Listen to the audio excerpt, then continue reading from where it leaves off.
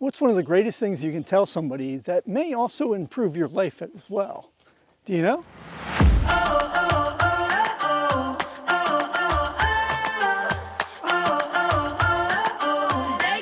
So you can make somebody's day, and maybe even your own, with the phrase, "Hi, I'd like to help." Back when we talked about 2 years of retirement, I mentioned that volunteering was a big part of what helped me feel a sense of purpose, feel connected, grow skills, and keep me out of trouble. So today I thought we'd talk a little bit about volunteering, some things I've learned about it and just how I've gone about it, and what worked and what didn't work. So one of the groups that I've mentioned working with a lot is the Waterman Conservation Education Center, or we'll just call it Waterman to make it simple. And so I do some different trail maintenance and duties as assigned. And a few things I like about Waterman is it's very well run. The leadership is approachable but organized. They stay on mission, and they're hardworking. All which has been important to me. They're great to work with. They're conscientious of the fact that volunteers are volunteers and have lives. Also, I think one of the things I've liked about it is I've been able to learn a lot through the other volunteers and the staff there. They're just so knowledgeable about stuff. Sometimes it's as simple as getting an email that, hey, there's a tree down on this one trail, Bill, do you mind bringing out your chainsaw and clearing that? And a lot of times I'll jump on that. You know, if I can spend some time with Jeff Smith, who knows so much, just clearing a trail, that's a good day for me. So Hire Heroes USA is a group whose mission is helping those in the military transition to civilian jobs. And as a volunteer there, I enjoy it. First off, they're a great group with a great mission. They're extremely well organized and structured. Things like, volunteers do have mandatory education, but it's so well put together and doesn't waste your time, like some of the stuff I've had to go through in the corporate world. And it's very flexible in terms of, they'll send me an email and say, Bill, there's this individual that wants to have a mentor session with somebody from the IT industry. Could you give us back some times that would be good for you? I send it back, they set up an appointment, either a phone call or a WebEx, and I just sit and talk to these individuals and try to share some of my experience. In some cases, all I do is ask them questions to help guide them in what they're looking for. But it works out really well, and I really appreciate the group there. So a group I worked with before I retired was the VM Workshop. So it's a group that's focused around the ZVM operating systems, Linux and VSC. And somebody described it as a group of smart people helping each other be smarter. And so I continue to be involved with that. I like that because I kind of know what I'm doing with it. And I can lend those skills and that experience. But also a big thing is it helps me stay connected to people I worked with for multiple decades. And so maintaining that level of connection has been fun and valuable. So let's talk about some tips about volunteering, or I guess these are really more questions that I found that I should ask, either myself or about the volunteering opportunity. So one of the questions you want to ask is, how much time do you want to spend in this organization or volunteering? And kind of related to that, the second part of the question is, how good are you at setting boundaries? So some groups are good about setting boundaries for you, right? So Hire Heroes USA that I mentioned, they have guidelines as to how often any one volunteer can meet with a mentee, whether that's per week or per month. And so they kind of have guidelines for you there, or boundaries. So if a group doesn't have boundaries and you're not good at setting boundaries yourself, you just have to be careful that you don't burn out, or worse yet, end up resenting being involved with it. The second question we want to ask is about structure. Are you looking for a volunteer scenario where you have a fixed set or schedule, or do you want something that's a little bit more impromptu? So Waterman, some of the work I do with them is when trees get blown down on the trails. Well, that's not something that gets scheduled. It just happens typically after a windstorm. And so some of it is how much flexibility you want in there, or if you're a structured person, you want to know that every Thursday from 1 to 3, you're going to be mowing some lawn or doing, manning some help desk, then that's a good thing to know going in and when you look for these volunteer opportunities. So one of the questions we want to ask, and I forgot to ask in a couple cases, was what is the leadership, or how is this group run? How well is that done? I think that's important. So even though you might not be doing any work that's directly related to leadership, they're setting the mission, and if they don't run it well, sooner or later it comes down to affect you.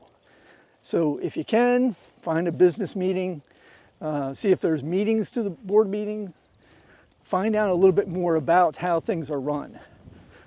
I found also that you might say, well, I'm so passionate about this, I don't really care how it's run. Well, those are the cases where you may end up caring the most.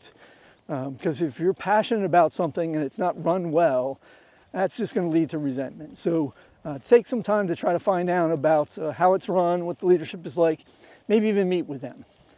I know with Waterman, I went to one of their membership meetings, and that was really what kind of sealed it for me in terms of, yeah, I want to work with this group and do more with them. One of the questions to ask is, are you looking to make connections through the volunteering exercise or activity? If that is, then you probably want to find something where there's other people around. You don't necessarily want to volunteer to mow a graveyard because you're probably not going to make any connections there.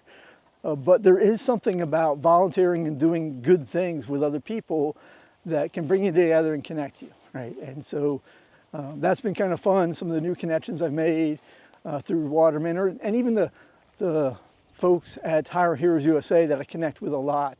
So the last question I had, at least for now, is, are you looking to leverage your existing skills and experience, or are you looking to pick up new skills and experience, or a combination? I think I've done a combination in terms of, leveraging my experience of, 3 decades plus in the IT industry to do mentoring with Hire Heroes USA. But with Waterman, while I have some skills in terms of doing grunt labor, I'm also picking up a lot from the naturalists and just the folks there that know so much. So that's been a good combination. So think about that, right? And that might guide you towards where to go or what to do from a volunteer perspective.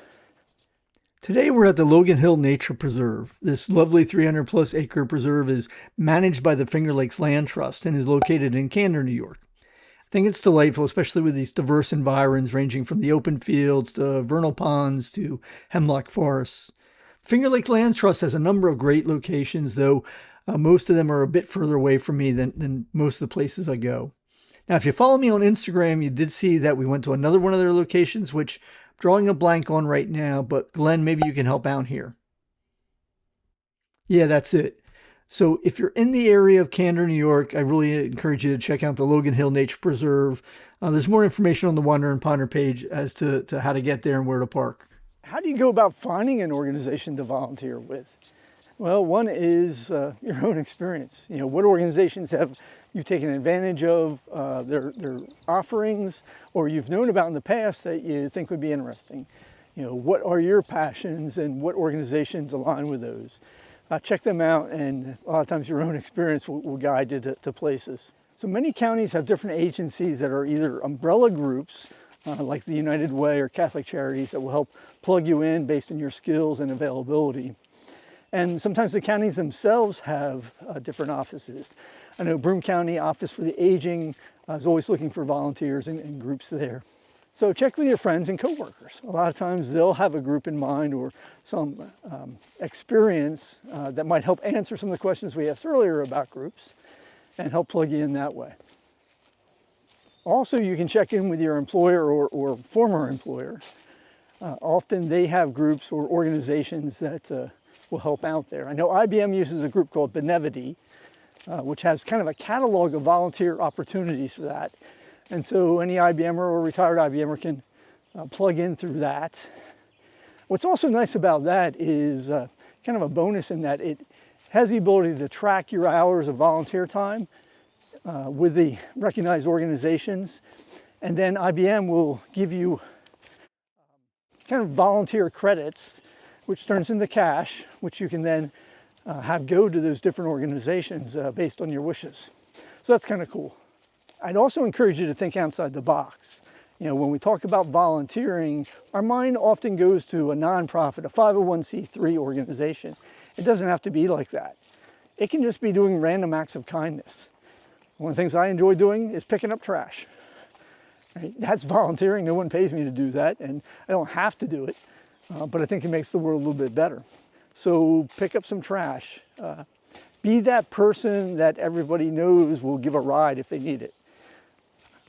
Be that person that will watch out for babysit or watch kids, family, friends, whatever. There's all sorts of things we can do that aren't really volunteering in the sense of a nonprofit, but it's still good things to do and can fill the time. So for those of you that are doing that already, you know, tip of the hat to you on that. That's really cool stuff. So when I decided to do this video on volunteering, I did a little bit of research and looking into different studies about volunteering, primarily here in the United States. Now the numbers kind of differ a little bit because I don't know how easy it is to get how much volunteer time there actually is. But most of the studies agree that there's been a decline over the past 2 decades, but it's still incredibly important. A study from 2021 showed that about 23% of Americans do volunteer. In fact, in that year, they estimated 4 billion hours were put in, which is really cool. And I'm not quite sure how they did this, but when we start looking at what the economic value of that is, that was like over $100 billion into the economy or work that was done. So volunteering is really critical. A lot of things happen as a result of that and makes the world a better place. So let's go volunteers and let's keep it up. So do you volunteer? I bet you have some hints and tips as well. Why don't you drop a comment below, tell me about how you got involved in the volunteer organization you're involved with. Any hints and tips you have about navigating, finding a good fit would be cool. For those of you that volunteer, again, tip of the hat to you. I think volunteering is important in a lot of different ways. So thank you, and we'll talk again soon. Bye now. I know that it can be there someday. You've been waiting for. I know this life can be that one life you've been dreaming of. Today can be the someday. Today can be the one day. Today can be the someday you've been dreaming of. The last method to find a place to help out in the community is, well, do something stupid, break the law, get arrested, and the court might appoint you or assign you to a place to do some community service. Don't recommend that path, but if all else fails, you always have that to fall back on.